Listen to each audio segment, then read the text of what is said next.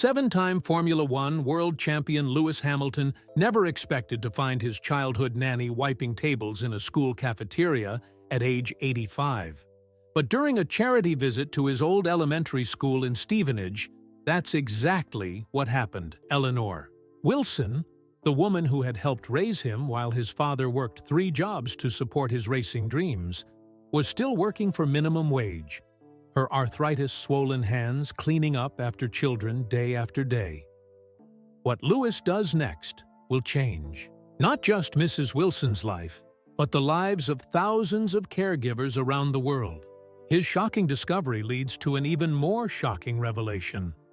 The true extent of Mrs. Wilson's sacrifice for his career was far greater than anyone could have imagined.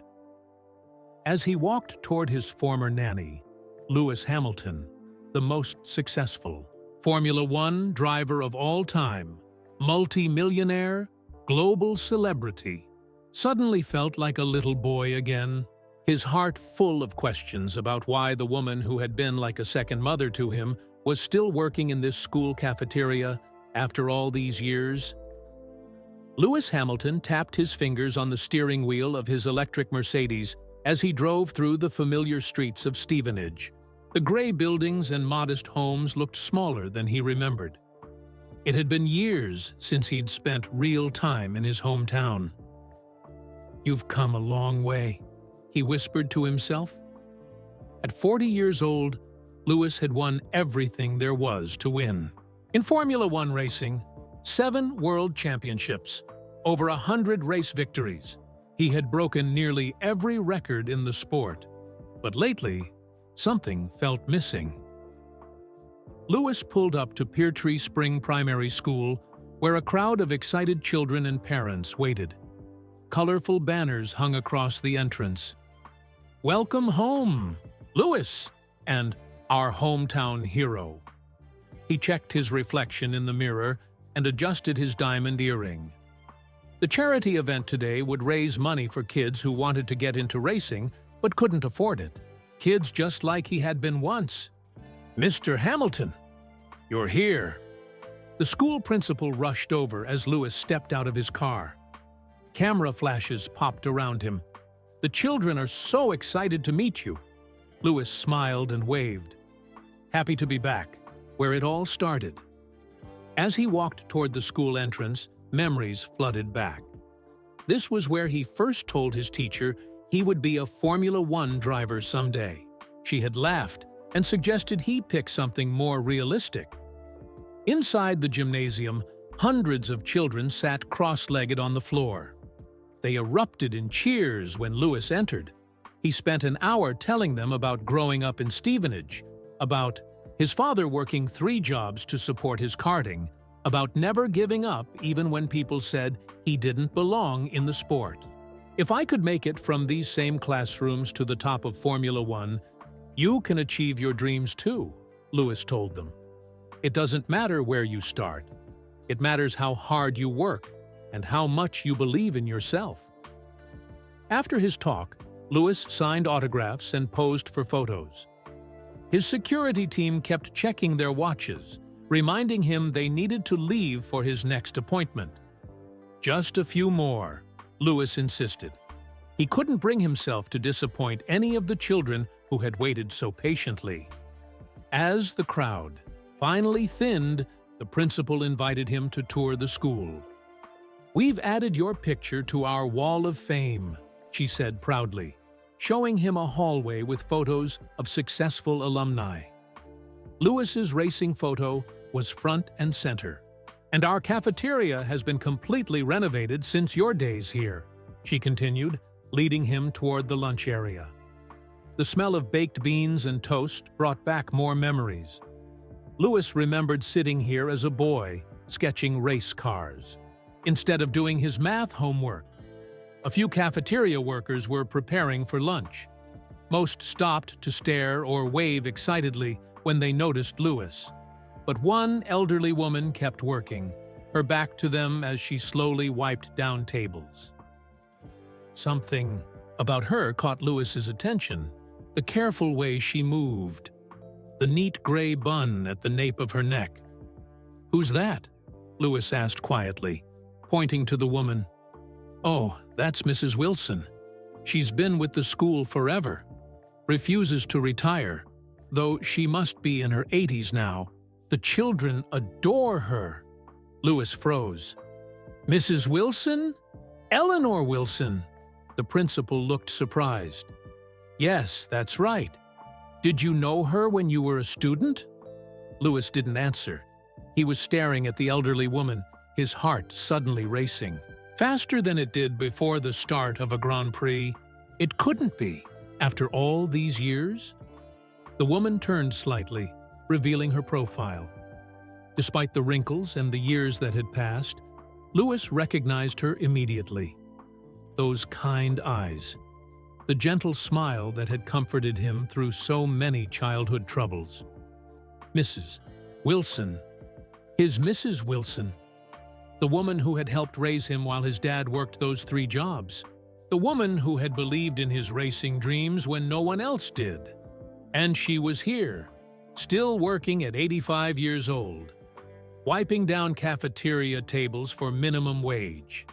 "Excuse me," Lewis said to the principal. "I need to speak with her." He walked toward his former nanny, Lewis Hamilton, the most successful Formula One driver of all time, multi-millionaire, global celebrity, suddenly felt like a little boy again. His heart full of questions about why the woman who had been like a second mother to him was still working in this school cafeteria after all these years. As Lewis approached Mrs. Wilson, his mind raced back to his childhood in Stevenage. He could almost see himself as a skinny 7-year-old boy again, sitting at the kitchen table while Mrs. Wilson helped him with his homework. "You need to focus, Lewis," she would say gently. "I know you'd rather be racing your go-kart, but school matters too." His father, Anthony, had hired Mrs. Wilson when he realized he couldn't both work and care for Lewis after the divorce. Anthony Hamilton was determined that his son would have opportunities he never had, even if it meant working as a manager at British Rail, installing computer systems at night, and even putting up for sale signs for extra money. Mrs. Wilson had been their neighbor then, a widow in her 50s who needed the work as much as the Hamiltons needed help. She arrived every day at 3 p.m. when Lewis got home from school and stayed until Anthony returned from his evening job, often past 9. Lewis remembered how she'd sit with him while he practiced reading, patiently helping with difficult words. She'd cook dinner, simple but hearty meals that always tasted better than they should have. Shepherd's pie was her specialty, with extra carrots to help you see in the dark, she'd tell him with a wink. But most importantly, Mrs. Wilson believed in his racing dreams. When Lewis was 8, he'd won his first karting championship, his Ye-Wei-To. Father had been working that day, but Mrs. Wilson was there, standing at the edge of the track with her old Polaroid camera, cheering louder than anyone. "I knew you could do it, Lewis," she had shouted, hugging him tightly as he clutched his small trophy. "You're going to be a champion someday. A real champion." After that victory, she began packing special lunches for his race days. Sandwiches cut into the shape of race cars, fruit arranged to look like checkered flags. She called them his winner's meals. Mrs. Wilson had been there during the hard times, too. When some kids at school bullied Lewis for being different, for being the only black kid who raced karts instead of playing football, she helped him stand tall. "You're not like everyone else, Lewis," she'd told him. "You're special, and someday, being different will be your greatest strength." When Lewis was 10, he had desperately needed a new helmet. His old one didn't fit right, and Anthony had said they would have to wait until next month. But then, mysteriously, the perfect helmet appeared. His father said only that someone who believes in you had helped out. Lewis hadn't thought much about it then. Years later, Anthony told him Mrs. Wilson had pawned her wedding ring to help buy that helmet. The memories flooded through Lewis's mind in a flash, as he approached the elderly woman still wiping down tables in the school cafeteria. Her hands moved slowly now, the knuckles swollen with arthritis. She was smaller than he remembered, her back slightly bent with age. "Mrs. Wilson?" Lewis said softly. She turned, squinting slightly behind wire-rimmed glasses. "Yes? Can I help you?" She didn't recognize him. Of course she wouldn't. The little boy she had cared for was now a grown man, his face plastered on billboards around the world. "It's me, Mrs. Wilson. It's Lewis." She stared at him for a long moment. Then her eyes widened. "Lewis? Little Lewis Hamilton?" Lewis nodded, suddenly unable to speak past the lump in his throat. "Oh my goodness," she whispered, her hand covering her mouth. "Is it really you?" He nodded again, and then she was reaching for him, her aged hands trembling. Lewis stepped forward and gently embraced her. She felt so fragile in his arms, like a bird. "Look at you," Mrs. Wilson said, stepping back to take him in. Tears glistened in her eyes. "A grown man now, and such a famous one." "You haven't changed." "A bit," Lewis said, though of course she had. Time had etched deep lines around her eyes and mouth. Her hands, once so capable of fixing his scraped knees and packing perfect lunches, now shook slightly. "What are you doing here?" she asked.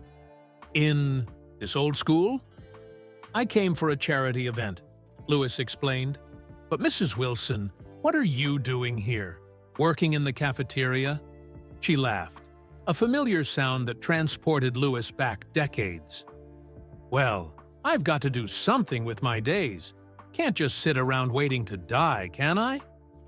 From across the room, Lewis could see his security team and the school principal watching curiously.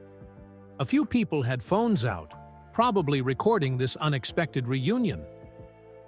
"When did you stop?" Lewis hesitated, not sure how to phrase it. "When did you stop working for families like mine?" Mrs. Wilson's smile faltered slightly. "Oh, ages ago, dear. My knees couldn't handle chasing after little ones anymore. The school's been good to me, though. 15 years now, just part-time." Lewis couldn't process what he was hearing. 15 years working in a school cafeteria? At her age? "Can we talk?" he asked suddenly. "After your shift? There's so much I want to ask you." Mrs. Wilson looked surprised, then pleased. "Well, I finish at 3 today. But surely you have more important things to do than chat with an old lady like me." Lewis Hamilton, who had dined with presidents and princes, who had meetings with the world's most powerful people, shook his head firmly. "There's nothing more important," he said. "Nothing at all." Lewis checked his watch. It was only 11:30 a.m. He had a scheduled interview with a local newspaper at 2 p.m., followed by a meeting with his foundation team at 4 p.m. He turned to find the school principal watching him curiously. "Ms. Parker," Lewis said, "I need to make some changes to my schedule today. Is there somewhere private I can make a few calls?" The principal nodded quickly. "Of course, Mr. Hamilton. You can use my office." Lewis thanked her and turned back to Mrs. Wilson. "I'll meet you at 3 right here. Is that okay?"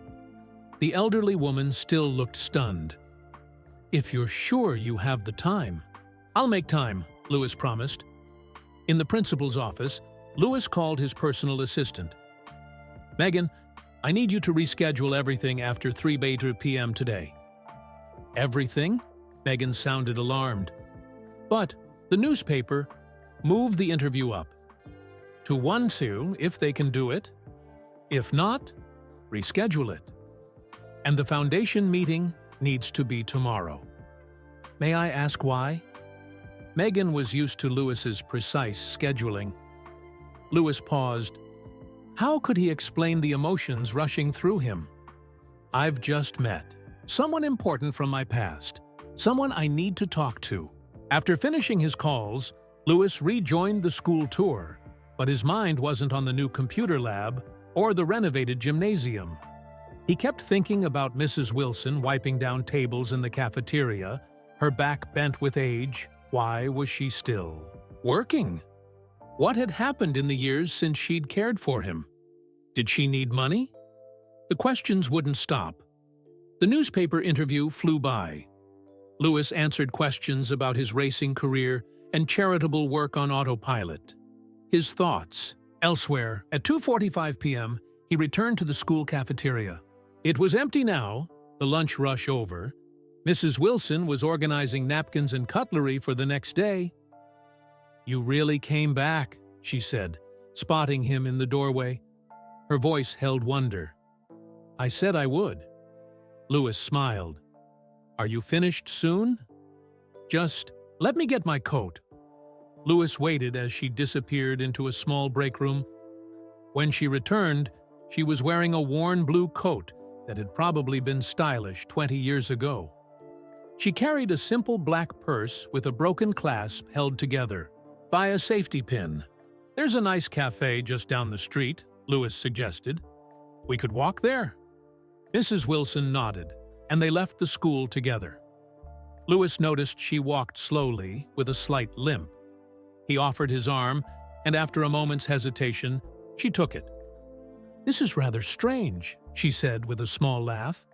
"The little boy I used to help with his homework is now this famous man escorting me down the street."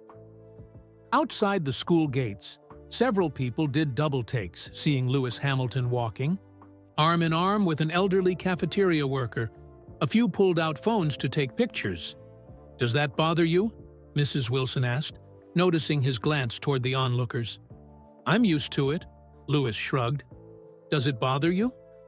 "At my age, very little bothers me anymore." The cafe was small and cozy. Lewis chose a quiet table in the corner. A young waitress nearly dropped her notepad when she recognized him. "Can I get your autograph?" she blurted after taking their order. "My brother's your biggest fan." "Of course," Lewis smiled, signing a napkin for her. "You must get that all the time," Mrs. Wilson said after the waitress left. "It's part of the job." Lewis leaned forward. "Mrs. Wilson, seeing you again, it's brought back so many memories." Her eyes softened. "For me too, Lewis. I've followed your whole career, you know, every race. I still have that scrapbook I started when you were racing karts." "You do?" Lewis felt a wave of warmth. "Oh yes, page after page of Lewis Hamilton, from little trophies to big championships." She paused as the waitress returned with their tea. "I always knew you'd make it, even when you were just a skinny boy with big dreams. Those dreams came true because of people like you who believed in me," Lewis said. "My dad, Ron Dennis at McLaren, and you, Mrs. Wilson." She waved away his words. "Nonsense. You made your own success with talent and hard work. But you were there for me when I needed someone. After my parents split up, when Dad was working, all those jobs?" Lewis hesitated. "The helmet when I was 10. Dad told me years later that you pawned your wedding ring to help buy it." Mrs. Wilson looked down at her tea. "Anthony shouldn't have told you that." "Why didn't you ever contact me? After I started making it in Formula One?" She looked up, surprised. "Why would I? You were becoming famous, meeting important people. The last thing you needed was some old nanny bothering you." "You could never bother me," Lewis said firmly. "But what happened after you stopped working for us? Why are you still working at the school cafeteria? You must be 85, Mrs. Wilson supplied with a smile. "Yes, quite old to be wiping tables, I know. But what else should I do?" Lewis felt a knot forming in his stomach. "Enjoying retirement? Relaxing?" Mrs. Wilson's smile turned sad. "Retirement requires money, dear. And relaxing isn't nearly as satisfying as being useful. Several cafe patrons were openly staring now. A few were taking photos. Louis barely noticed. "Mrs. Wilson," he said quietly, "I'd like to know everything." "That's happened to you since you were my nanny." "Everything." She stirred her tea slowly. "It's not a very exciting story, I'm afraid." "It matters to me," Louis insisted. Mrs. Wilson took a deep breath. Then, in the small cafe, as curious onlookers watched, she began to tell Lewis Hamilton, 7-time Formula One world champion, about the quiet struggles of her life after she had helped raise the boy who would become one of the greatest racing drivers in history. "After I stopped working for your family, I found a position with the Clarks in Welwyn Garden City," Mrs. Wilson began. "They had twin boys, very energetic. I stayed with them for nearly 5 years." She took a sip of tea before continuing. "Then my husband George fell ill. Cancer." She said the word simply, without drama. "I had to quit to care for him. We'd been married 32 years. Louis reached across the table and gently placed his hand over hers. "I'm so sorry." The medical bills piled up quickly. Mrs. Wilson continued. "The NHS covered most things, but there were special treatments, comfort items. George was ill for almost 2 years before he passed." She looked out the window, her eyes distant. "We had a small cottage, but I had to sell it to pay the debts. After the funeral, there wasn't much left." "You lost your home?" Louis asked, feeling a heaviness in his chest. Mrs. Wilson nodded. "I moved into a tiny flat in Stevenage. Started looking for work again, but it wasn't easy. I was already in my 60s by then." Louis thought about his own life during those same years. While Mrs. Wilson was losing her husband and home, he had been climbing the racing ladder, winning championships in Formula 3, then GP2, finally reaching Formula 1 with McLaren in 2007. "I did some child-minding, some house cleaning," Mrs. Wilson continued, "whatever work I could find. Then one day I saw you on television, your first Formula 1 race with McLaren. I was so proud I cried." She smiled at the memory. "That's when I started the scrapbook. Every news article, every photo I could find of you. I would tell everyone who would listen, I used to look after that boy." "I wish I had known," Louis said quietly. "Why would you?" Mrs. Wilson shook her head. "You were busy becoming a star." And rightly so. Louis thought of those early years in Formula One. The excitement, the parties, the sudden wealth and fame. Had he ever once thought about the woman who had cared for him as a child? "When did you start working at the school?" he asked. "About 15 years ago. I was 70 by then, but I lied on the application." She gave a mischievous smile. "Said I was 65. They needed kitchen help, and I needed the work." "But surely you get a pension?" Louis asked. Mrs. Wilson sighed. "State pension isn't much, dear. George and I, we weren't good with savings. We always thought there would be more time." Louis did a quick calculation in his head. When he had won his first world championship in 2008, Mrs. Wilson had already been working in the school cafeteria for years. "What about family? Children?" Louis asked. "We couldn't have children." A flicker of old pain crossed her face. "That's why I loved being a nanny. All the children I cared for became a little bit mine in my heart. Especially you." Louis felt a lump forming in his throat. "Why didn't you reach out to me? After I became successful?" Mrs. Wilson looked shocked at the suggestion. "I would never. What would that have looked like? Some old woman from your past asking for money?" "It wouldn't have been like that," Louis insisted. "Pride is sometimes all a person has left," Mrs. Wilson said softly. "I've managed on my own. The school lets me work part-time now, just 4 hours each day. Between that and my pension, I get by. Where do you live now? Louis asked. A small flat on the council estate. Nothing fancy, but it's clean and warm. The stairs are getting harder, though. She rubbed her knee unconsciously. Louis thought about his homes in Monaco, London, and New York. The private jet, the yacht, the collection of luxury cars. Do you ever watch the races? He asked. Mrs. Wilson's face brightened. Every single one. I have a small television.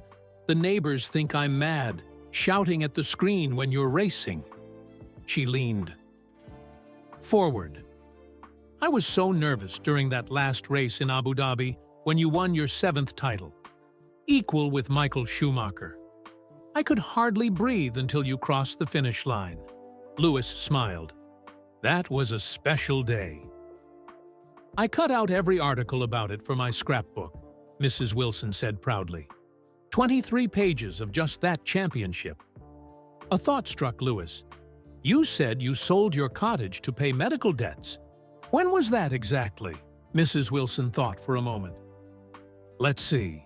George passed in 1998, so it would have been late that year or early 1999. Louis frowned. Something didn't add up. But that's when I was just starting to move up in karting. The bigger competitions, racing all over the UK. Yes, I remember. I saw your name in the local paper sometimes.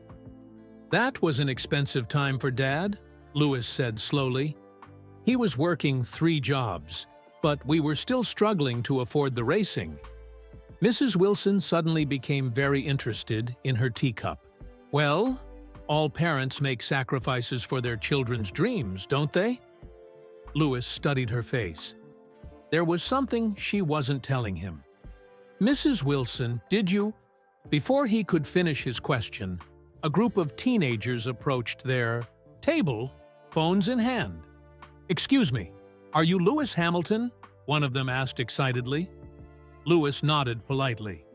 I am, but I'm having a private conversation right now. Could you give us a few minutes? The teenagers backed away, but more people in the cafe were noticing him now. Louis could see them pointing, whispering. A few were already posting to social media. Soon, photographers would show up. Perhaps we should go somewhere more private, Louis suggested. Mrs. Wilson looked concerned. I don't want to take up too much of your time. You're not taking my time? I'm giving it, Louis said firmly. There's a hotel where my team is staying. We could talk in the lounge there. As they left the cafe, Louis held the door for Mrs. Wilson.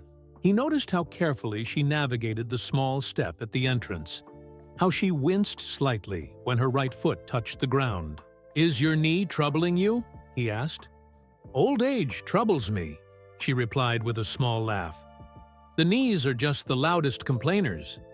Louis helped her into his car, where his driver was waiting. As they pulled away from the cafe, Louis looked back to see people with phones pointed at them. By tomorrow, pictures of him with this mysterious elderly woman would be all over the internet. He didn't care. All he could think about was Mrs. Wilson working in that school cafeteria for 15 years, living alone in a small flat with stairs that hurt her knees, watching his races on a tiny television while he lived a life of incredible luxury.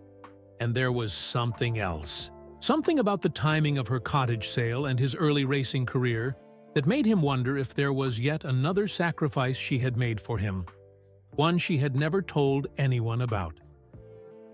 The hotel lounge was quiet and private. Louis guided Mrs. Wilson to a comfortable corner sofa away from other guests.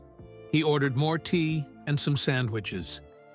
This is very fancy, Mrs. Wilson whispered, looking around at the modern art on the walls and the crystal chandeliers. It's just a hotel, Louis said with a small smile. He'd stayed in so many luxury hotels over the years that he hardly noticed them anymore. When their food arrived, Louis noticed how Mrs. Wilson carefully wrapped one of the extra sandwiches in a napkin and slipped it into her purse. "For later," she explained, catching his glance. "They're too nice to waste." Louis felt something twist in his chest. Here was a woman who had helped shape his childhood, reduced to saving hotel sandwiches. "For later, Mrs. Wilson," he said slowly, "there's something I need to ask you." She looked up, her hands folded neatly in her lap. "Yes, dear? You said you sold your cottage in late 1998 or early 1999. "That's right, after George passed. That was exactly when my racing career almost ended," Louis said. "I was moving up to the bigger competitions, but the costs were getting too high. Dad was working 3 jobs, but we were still struggling." Mrs. Wilson's eyes didn't quite meet his. "Racing is an expensive sport." And then, suddenly, a sponsor appeared. Someone who wanted to remain anonymous. They provided just enough money for me to keep racing that season. Louis leaned forward. "That was the season when Ron Dennis from McLaren noticed me. That sponsorship changed everything for me." Mrs. Wilson took a sip of tea, her hand trembling slightly. "Was it you?" Louis asked directly. "Did you sell your cottage and give the money to my father?" For a long moment, Mrs. Wilson said nothing. Then she sighed deeply. "Anthony swore he would never tell you." Louis felt like he'd been punched in the stomach. "It was you." "Your father didn't want to take it," Mrs. Wilson said quickly. "He refused at first. I had to convince him it was an investment, that someday you would be a champion and it would all be worth it." Louis shook his head in disbelief. "But that was your home, your only asset. What good is a home when you're alone in it?" Mrs. Wilson shrugged. "After George died, that cottage was just full of ghosts and memories, and you were full of life and promise." "Why didn't you tell me?" Louis asked, his voice barely above a whisper. "What would have been the point?" Mrs. Wilson looked at him with clear eyes. "It was my choice. I never wanted recognition or repayment." Louis thought about what her sacrifice had meant. That crucial season of racing had led directly to his McLaren sponsorship, which changed everything for him and his family. Without it, there might never have been a Lewis Hamilton Formula One champion. "All these years," he said, "while I've been winning races, setting records, making millions, you've been working in a school cafeteria and living in a flat with stairs that hurt your knees." "And I've been perfectly content," Mrs. Wilson insisted. "Every time I saw you succeed, I felt I had succeeded too. When they played the British anthem while you stood on the podium, I stood up in my little flat and felt prouder than any queen." Louis looked at this elderly woman who had given up so much for him. He thought about all she had done, not just the cottage, but the countless hours of care, the emotional support, the unwavering belief in his dream when most people had laughed at it. In that moment, Lewis Hamilton made a decision. "I want to help you," he said firmly. Mrs. Wilson shook her head. "I didn't tell you this to ask for anything. I know you didn't. But I want to do this. No, I need to do this. Louis, dear, you don't owe me anything." "This isn't about owing," Louis insisted. "This is about what's right. No one who helped make me who I am should be struggling while I have more than I could ever need." Mrs. Wilson looked unsure. "What exactly are you proposing?" Louis wasn't entirely sure yet, but he knew it had to be something meaningful. Something that honored her dignity and independence, while ensuring she never had to wipe another cafeteria table or save a sandwich for later. "Let me think about it," he said. "I want to do this properly." As they finished their tea, Lewis helped Mrs. Wilson back to his car. He instructed his driver to take her home first. "I'll be in touch very soon," he promised, as they pulled up to her building. It was a gray, concrete block of flats from the 1960s. Nothing like the luxury apartments Lewis was used to. "This was a wonderful day," Mrs. Wilson said, squeezing his hand. "Seeing you all grown up, successful, still kind, that's all the reward I ever wanted." Lewis watched her slowly climb the front steps of her building.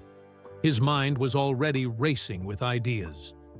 Back at his hotel, Lewis canceled his dinner plans and sat alone in his suite.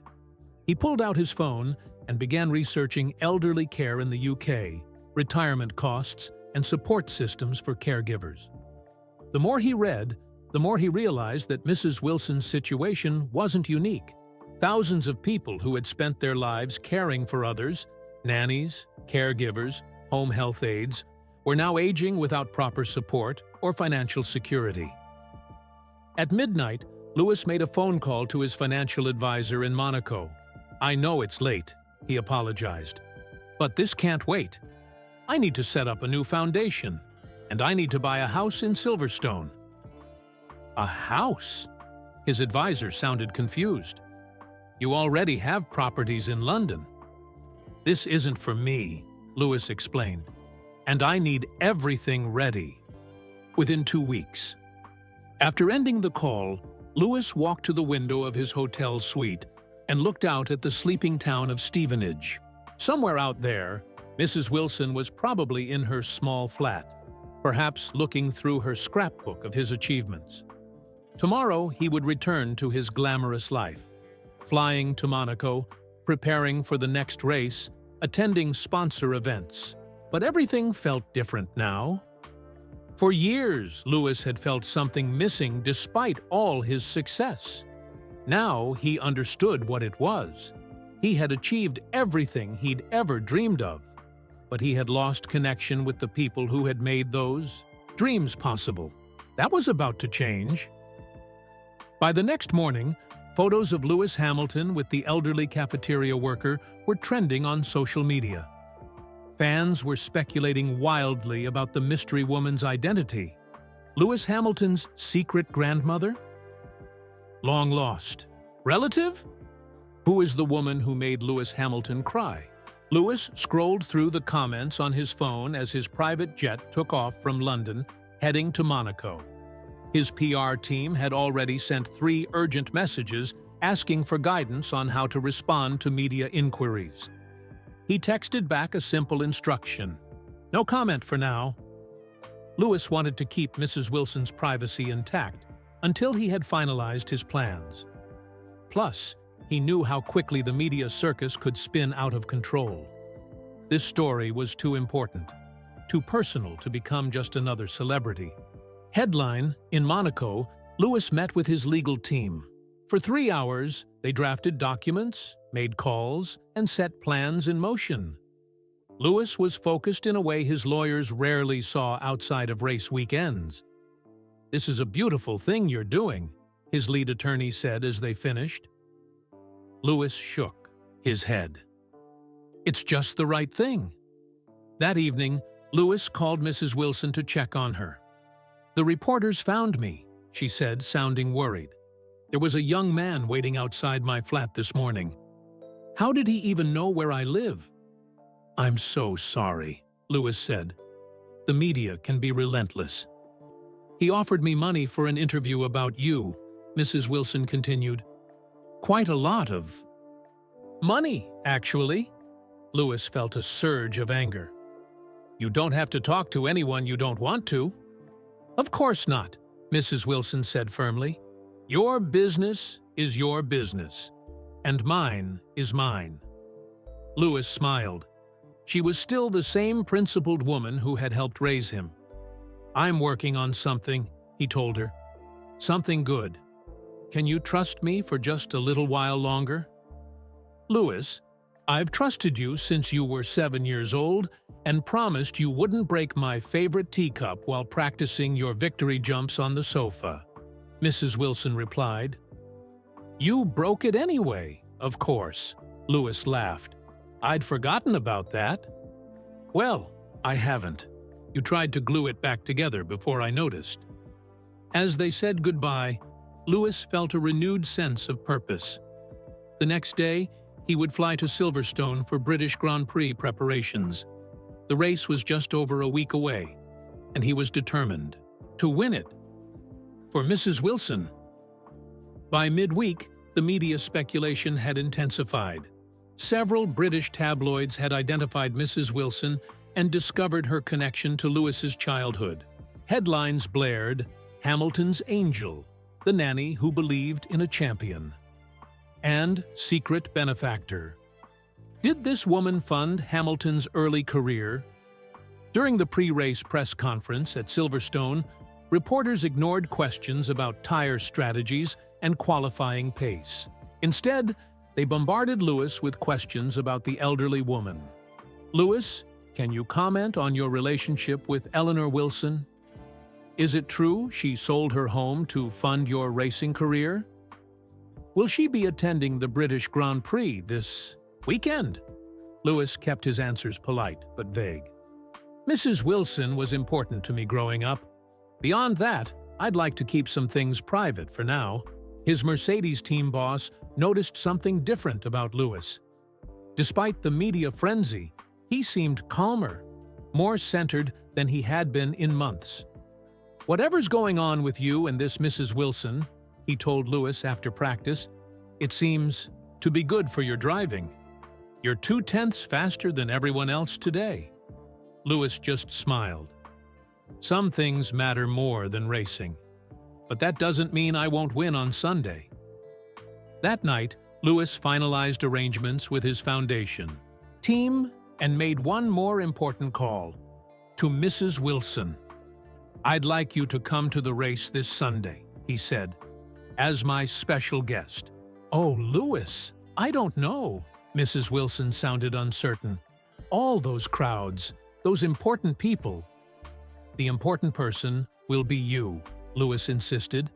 "I'll send a car. All you need to do is be ready at 9 a.m. Sunday morning." After some gentle persuasion, Mrs. Wilson agreed. On race day morning, a sleek Mercedes pulled up outside Mrs. Wilson's modest flat. The driver helped her into the car, where she found a small gift box on the seat. Inside was a silver pin shaped like Lewis's racing number with a note. "For my biggest fan, thank you for believing first, Lewis." When the car arrived at Silverstone Circuit, Mrs. Wilson was stunned by the crowds, the noise, the energy. A team member escorted her through special entrances, bypassing the general public. In the exclusive Mercedes hospitality area, Lewis was waiting. He wore his racing suit, ready for the driver parade that would begin soon. "Mrs. Wilson," he said, hugging her gently, "welcome to my office." "It's a bit noisier than I expected," she joked, looking around at the impressive setup. Lewis introduced her to the team principals, engineers, and his race strategist. Everyone treated her with deference that confused her. "Why is everyone being so nice to me?" she whispered to Lewis. "I'm just an old lady." "You're my guest," Lewis said simply, "and after today, everyone will know exactly how special you are." Mrs. Wilson looked alarmed. "What do you mean, everyone will know?" Before Lewis could answer, a team member approached. "Lewis, driver parade in 5 minutes. I'll be right there," Lewis said, then turned back to Mrs. Wilson. "Don't worry, just enjoy the race from here. The hospitality team will take good care of you." He guided her to a comfortable seat, with a perfect view of the main screen showing the track. "Best seat in the house," he promised. As Lewis left for the driver parade, Mrs. Wilson found herself surrounded by luxury she'd never experienced. Champagne, gourmet food, celebrities, and team executives. A young woman in a Mercedes uniform stayed by her side, explaining the racing terms and schedule. "So you've known Lewis since he was a child?" the woman asked politely. "Oh, yes," Mrs. Wilson smiled, "since he was 7. Such a determined little boy, always talking about racing." Outside, Lewis climbed onto the parade truck with the other drivers. As they circled the track, waving to thousands of cheering fans, his mind wasn't on the race ahead, but on the elderly woman watching from his team's hospitality suite. During the pre-race interviews on the grid, a reporter thrust a microphone toward him. "Lewis, is it true Eleanor Wilson is here today as your guest?" Lewis nodded. "Yes, Mrs. Wilson is here. She was very important to me growing up, and I'm honored she could come today." "Can you elaborate on your relationship?" "After the race," Lewis promised with a smile. In the garage, as his team made final car preparations, Lewis felt unusually calm. Normally before a race, especially his home race at Silverstone, his mind would be racing with strategies, tire management, and overtaking opportunities. Today, he had a clarity of purpose that went beyond winning. When the 5-minute warning sounded, Lewis put on his helmet and climbed into his car. As the formation lap began, he sent a silent promise to Mrs. Wilson. "This one's for you." The British Grand Prix was always special, but today, the home crowd seemed even louder, even more energized. Lewis got a perfect start from pole position and built a lead through the opening laps. In the Mercedes suite, Mrs. Wilson perched on the edge of her seat, hands clasped tightly, as she watched Lewis's car zoom around the track. The team members were amused by her running commentary.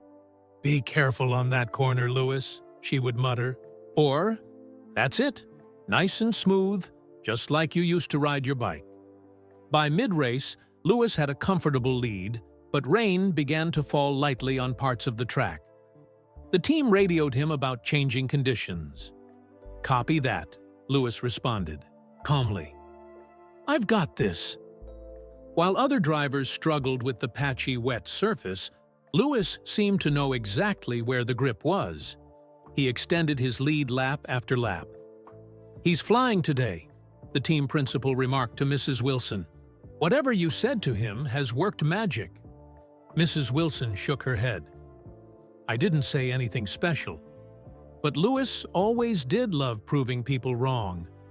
With 10 laps to go, Lewis was 20 seconds ahead. An eternity in Formula One. Barring mechanical failure, the win was secure. As he crossed the finish line, Lewis pumped his fist in the air. "Get in there, Lewis!" his race engineer shouted over the radio. "Thank you, team," Lewis responded. Then he added something unusual. "Mrs. Wilson, that was for you." In the cool-down room before the podium ceremony, the second and third place drivers congratulated Lewis. "You were in another league today," said one. Lewis smiled, had some extra motivation. On the podium, as "God Save the Queen" played and the British flag rose, Lewis stood tall, his hand on his heart. From his position, he could just make out the Mercedes hospitality area where Mrs. Wilson would be watching. After the champagne celebration, Lewis rushed through his mandatory media interviews. "Lewis, amazing drive today," a reporter began. "Talk us through." "Actually," Lewis interrupted politely, "there's someone I need to bring up here." He gestured to a team member who disappeared briefly and returned with Mrs. Wilson. The elderly woman looked nervous as Lewis guided her in front of the cameras. "This is Mrs. Eleanor Wilson," Lewis announced to the puzzled media. "When I was 7 years old, she was my nanny, while my dad worked 3 jobs to support my racing." The reporters went silent, sensing a story. "Mrs. Wilson believed in me when most people thought my dreams were impossible," Lewis continued. "She attended my karting races, helped with my homework, and made sure I never gave up." He put his arm gently around the elderly woman's shoulders. "What most people don't know is that at a crucial point in my early career, When my family couldn't afford to continue racing, Mrs. Wilson sold her own home to anonymously help fund my career. Gasps and murmurs spread through the press room. Cameras flashed rapidly. "I only discovered this recently," Lewis said, his voice thick with emotion. "Without her sacrifice, I might never have been noticed by McLaren. I might never have made it to Formula One." Mrs. Wilson looked embarrassed by the attention. "It was nothing," she whispered. "It was everything," Lewis corrected. "And that's why today, I'm announcing something special." The reporters leaned forward, sensing a major story. "I've been working on this for a week now," Lewis said, "and I'm proud to announce the creation of the Eleanor Wilson Foundation for retired caregivers." Mrs. Wilson's hand flew to her mouth in shock. Too many people who spend their lives caring for others end up without proper support in their later years, Lewis continued. This foundation will provide housing, healthcare support, and dignity to retired nannies, home health aides, and caregivers who need assistance. As camera flashes exploded around them, Lewis made one final announcement that would make headlines around the world.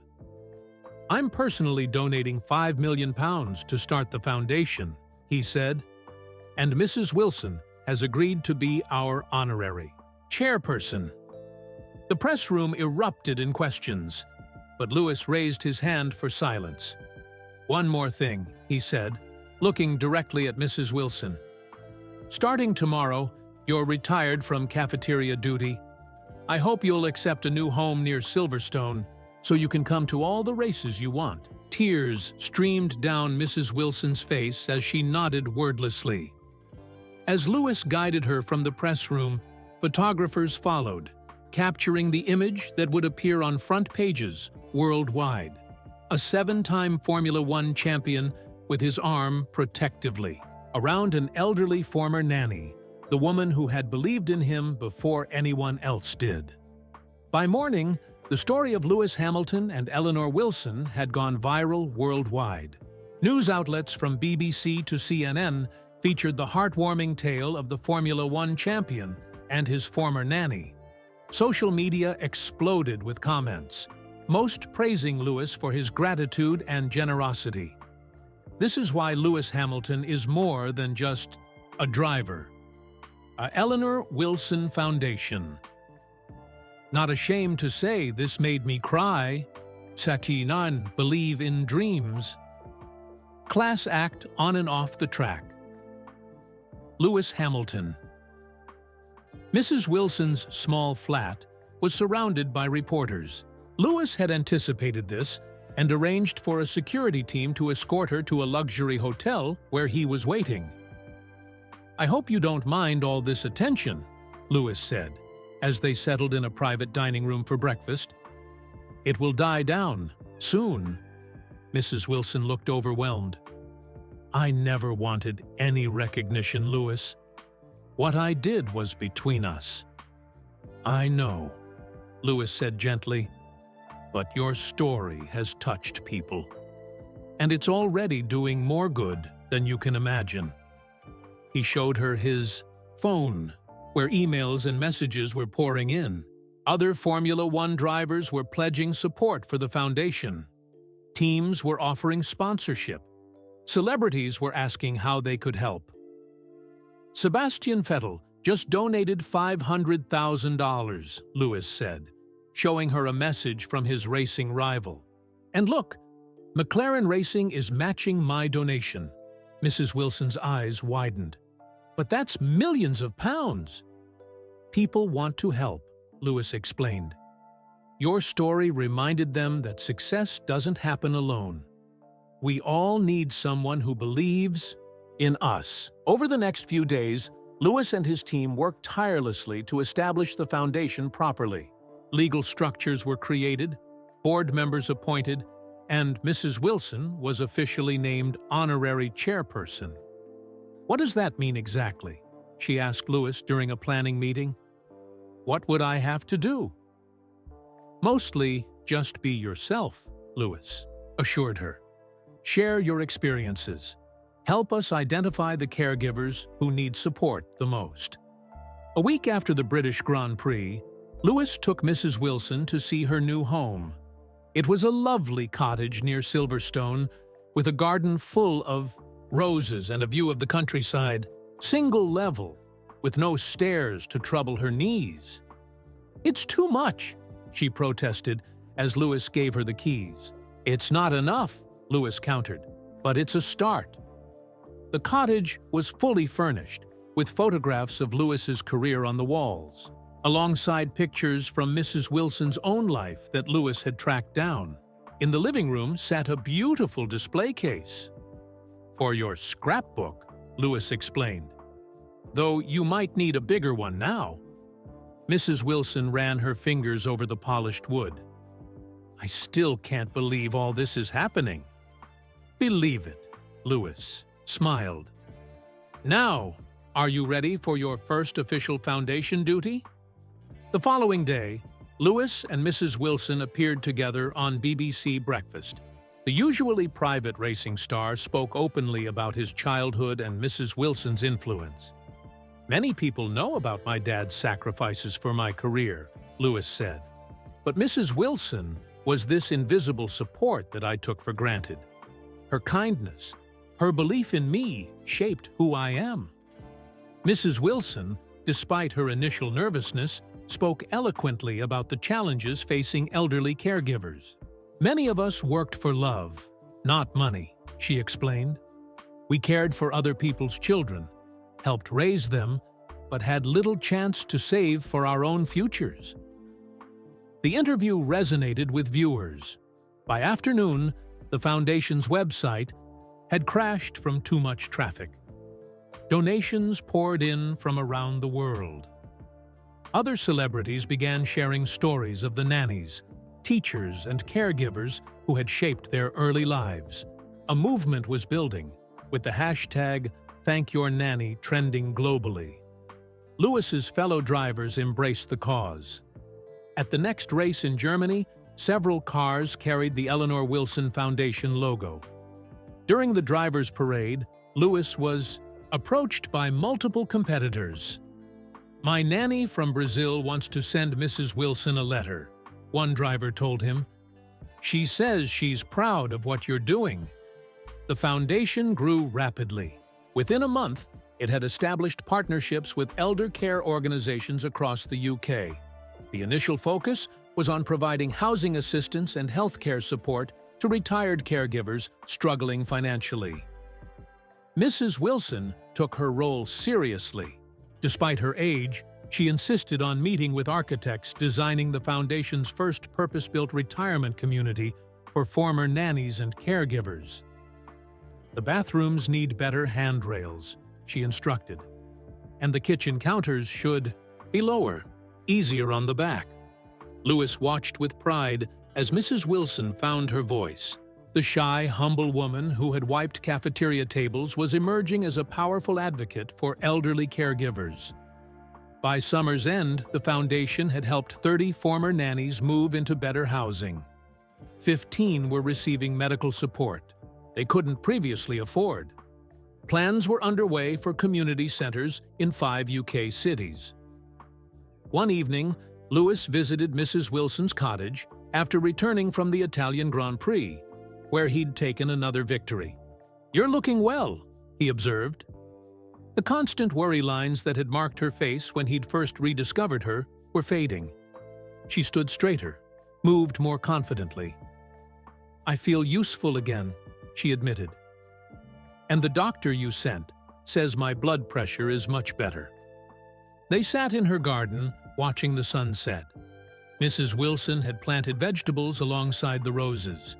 "Can't waste good soil on just pretty things," she'd explained. "I've been thinking," Lewis said. "The foundation is doing well in the UK, but caregivers face similar challenges everywhere." Mrs. Wilson nodded. "I've been reading about it, especially bad in countries with no pension systems." "What would you think about expanding internationally?" Lewis asked. "Starting with Europe, then maybe America and Asia?" Mrs. Wilson considered this.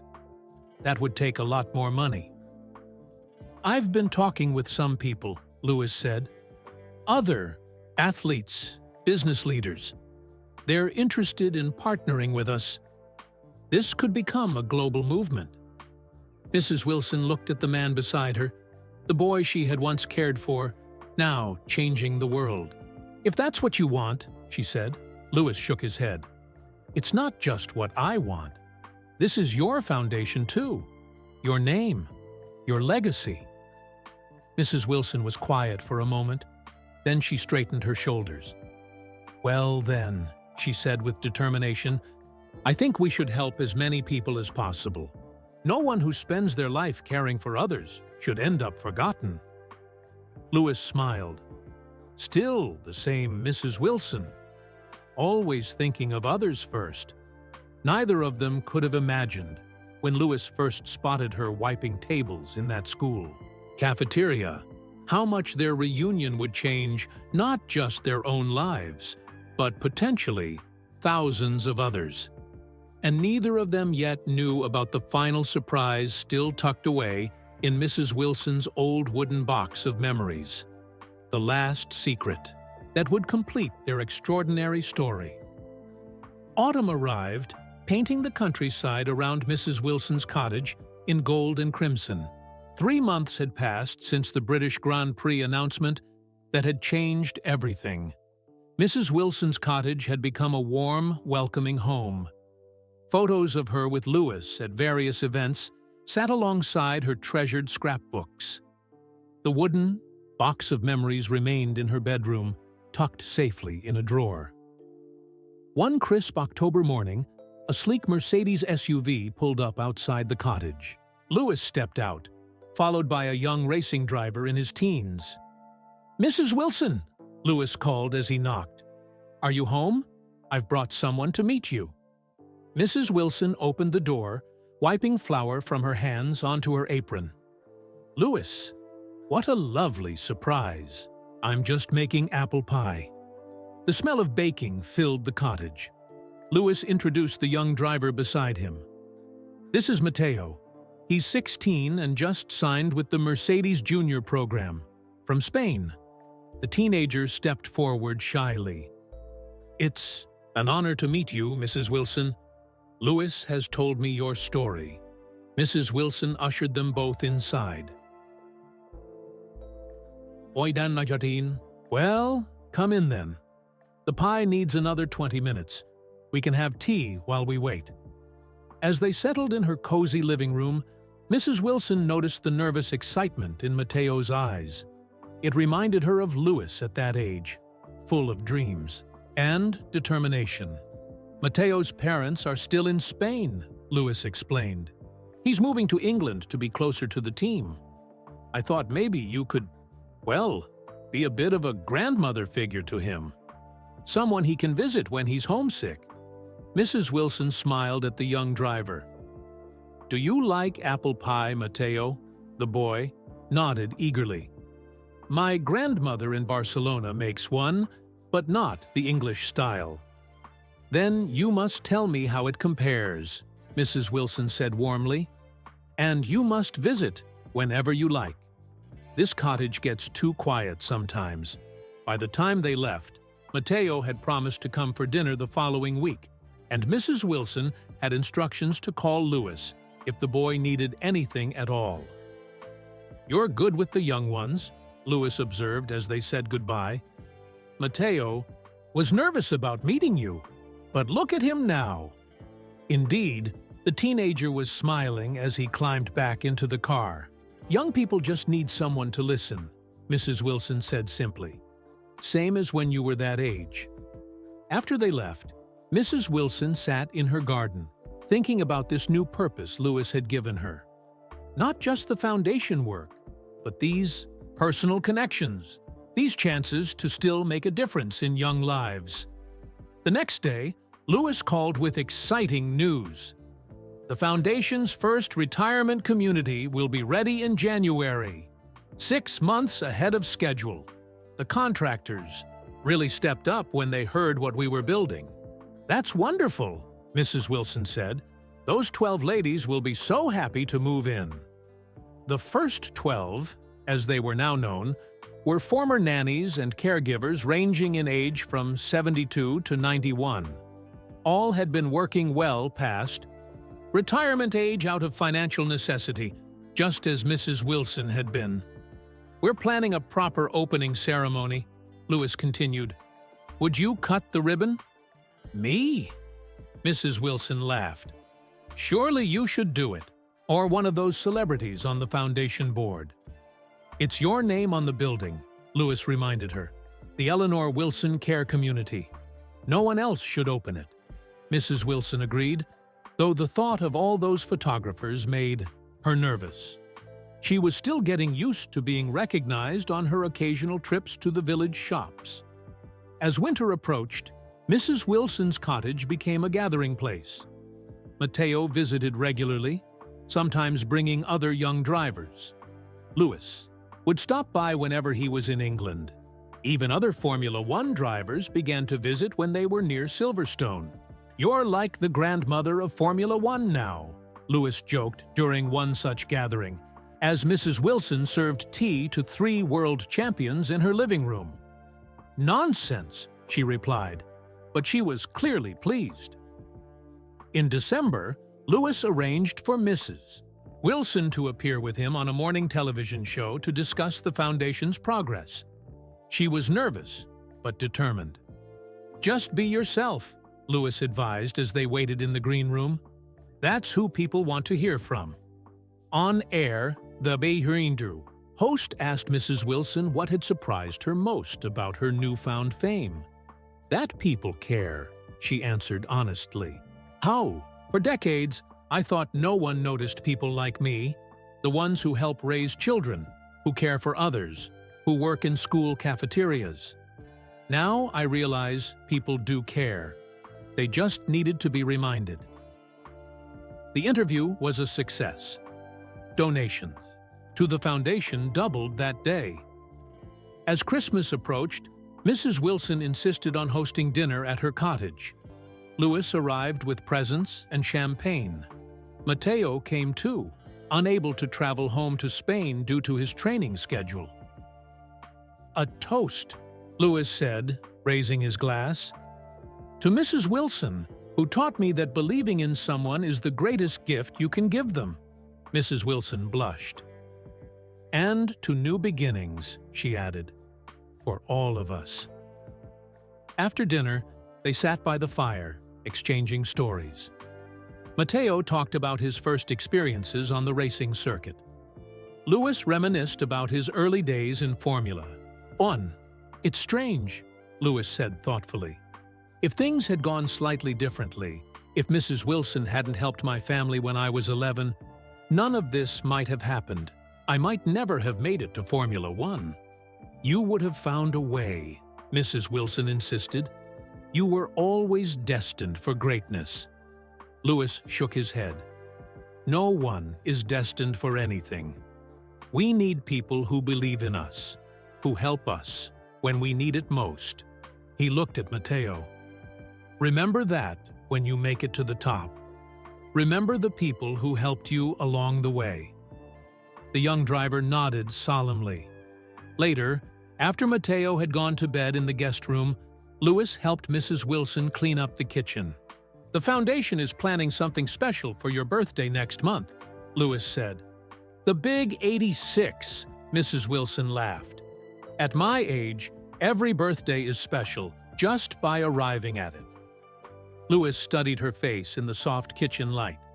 She looked years younger than when he'd first spotted her in the school cafeteria. There was a brightness in her eyes now, a purpose in her movements. "Are you happy, Mrs. Wilson?" he asked suddenly. She stopped drying a plate and considered the question. "Yes," she said finally. "More than I ever expected to be at this age. You've given me so much, Lewis." "You gave me more," he said quietly. Neither mentioned the wooden box of memories, still tucked away in Mrs. Wilson's bedroom drawer. The final secret it contained could wait a little longer. January brought the grand opening of the Eleanor Wilson Care Community. Despite the winter chill, Hundreds gathered for the ceremony. 12 former caregivers, the first 12, stood proudly next to Mrs. Wilson as she cut the ribbon. "This is just the beginning," Lewis announced to applause. "By next year, we plan to open 5 more communities across the UK." The foundation had grown beyond anyone's expectations. Corporate sponsors had joined the cause. Other sports stars were starting similar programs in their countries. What had begun as one man's gratitude toward his former nanny was becoming a global movement to support elderly caregivers. February arrived, bringing Mrs. Wilson's 86th birthday.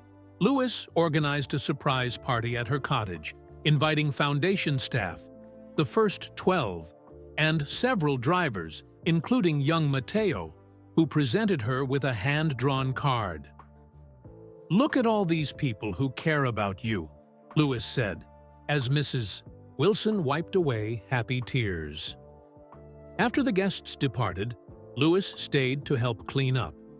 Mrs. Wilson seemed thoughtful as she carefully stored leftover cake in her refrigerator. "Something on your mind?" Lewis asked. Mrs. Wilson hesitated. "I've been thinking it's time I showed you something."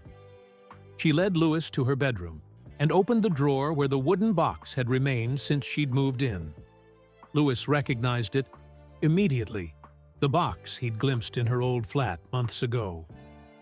"I've been waiting for the right moment," Mrs. Wilson explained, setting the box on her bed. "At first, I wasn't sure if I should show you at all.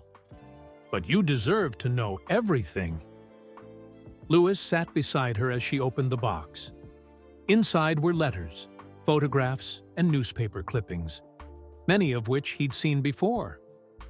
But Mrs. Wilson reached beneath these familiar items and pulled out a faded envelope he hadn't noticed during their earlier conversation. "This is what I wanted you to see," she said, handing it to him. Inside was a letter dated March 1999, written on McLaren Racing letterhead. Lewis recognized the signature immediately. Ron Dennis, the McLaren boss who had taken him under his wing and launched his career. "Dear Mrs. Wilson," the letter began, "thank you for your letter regarding young Lewis Hamilton.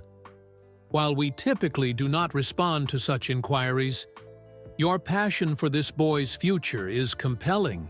Lewis looked up in shock. "You wrote to Ron Dennis about me?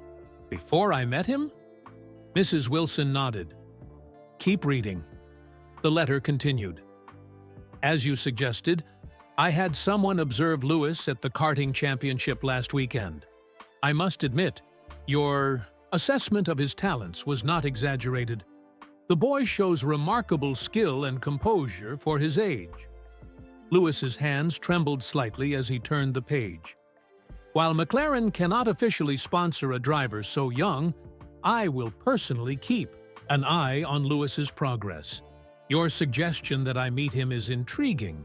Perhaps at the next Autosport Awards, as you proposed, I might find an opportunity to speak with him and his father."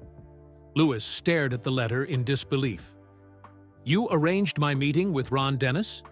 The one where I told him I wanted to race for his team someday?" Mrs. Wilson smiled softly. "Not exactly arranged. I just suggested the possibility to both parties." Lewis thought back to that fateful night at the Autosport Awards in 1995, when, as a 10-year-old boy, he had boldly approached Ron Dennis and declared his intention to race for McLaren someday. That meeting had led to Dennis's promise to support his career, a promise fulfilled years later when McLaren signed Lewis to their young driver program. "But how did you even know Ron Dennis?" Lewis asked, still struggling to process this revelation. "I didn't," Mrs. Wilson admitted. "I simply wrote to him. Dozens of letters, actually. That was just the first one he responded to." She reached into the box again and pulled out a stack of carbon copies. "I kept copies of every letter I sent. 27 in total, over 2 years." Lewis flipped through them in amazement. Each letter detailed his karting successes, his character, his potential. Mrs. Wilson had essentially been his unofficial agent, promoting his talents to the most powerful man in British motorsport. The cottage money was only part of it, Mrs. Wilson explained. I knew talent needed opportunity. So while your father provided the practical support, I tried to open doors. Lewis sat in stunned silence. All these years, he had believed that meeting Ron Dennis had been a lucky coincidence, a moment of boyhood bravery that paid off extraordinarily. Now he discovered it had been carefully cultivated by the quiet, determined woman beside him. Why didn't you tell me before? He finally asked. Mrs. Wilson sighed. At first, I was afraid you might think I had overstepped. Then, after you became successful, it seemed unnecessary. Your talent would have been discovered eventually, with or without my letters. Lewis shook his head firmly. That's not true. Talent isn't enough in racing. Timing is everything. The right person noticing you at the right moment can change everything. He gently took Mrs. Wilson's hands in his. You didn't just believe in me or support me financially. You actively created the opportunity that changed my life. Mrs. Wilson looked embarrassed. I just did what any person who cared would do. No, Lewis insisted. Most people wouldn't have done any of it. They wouldn't have pawned their wedding ring for a child's helmet. They wouldn't have sold their home to fund a boy's racing dream. And they certainly wouldn't have spent 2 years writing persistent letters to Ron Dennis. He carefully returned the letters to the box, his mind reeling with this final piece of the puzzle. The full extent of Mrs. Wilson's influence on his life was almost overwhelming.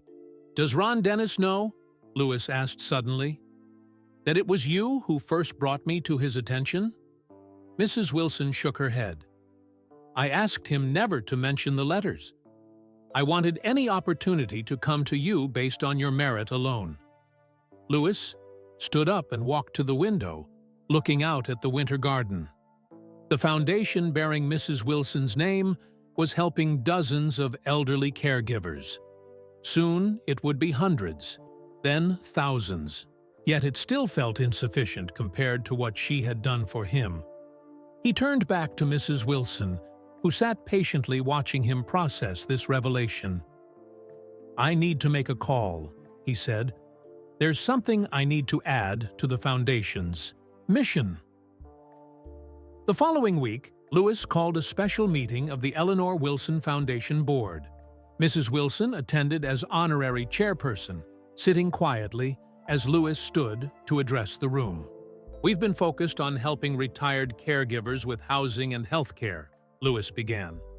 But today, I want to propose a new initiative. He explained his plan.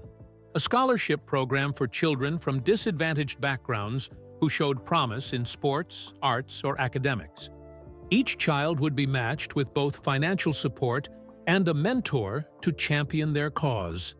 Someone who would write the letters, make the calls, and open the doors that talent alone could not. We'll call it the Wilson Pathway, Lewis announced, because sometimes believing in someone isn't enough. Sometimes you need to actively create the path for them to walk. As the board members applauded the idea, Lewis looked at Mrs. Wilson. Tears filled her eyes, but she sat straighter, her hands folded neatly in her lap, nodding her approval. In that moment, Lewis Hamilton, 7-time Formula One world champion, global celebrity, philanthropist, understood the full circle of their extraordinary story. The quiet actions of one determined woman had not only changed his life, but would now change countless others. And the world would finally know the hidden truth. Behind every champion stands someone who did more than just believe. Someone who moved heaven and earth to create the opportunity for greatness to emerge. Thanks for joining me till the end. Let me know in the comments from where you are tuning in. Drop your city and country name in the comments. Also make sure to subscribe to this channel if you love Lewis Hamilton. See you in the next one.